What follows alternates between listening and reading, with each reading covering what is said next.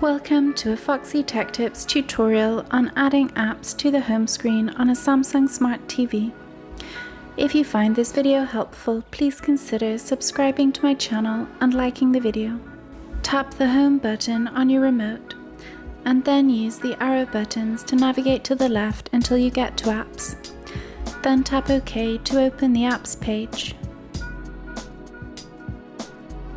In the Downloaded Apps section, hold down the OK button on the app that you would like to add to your home screen. Select Add to Home.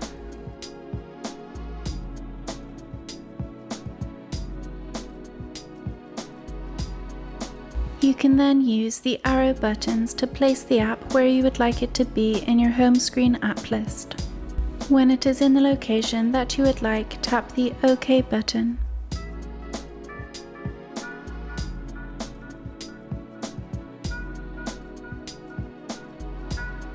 Here on the home screen are the new apps that I just added. And that draws an end to this tutorial. Please like the video if you found it helpful and subscribe to Foxy Tech Tips for more Samsung TV tips and tricks.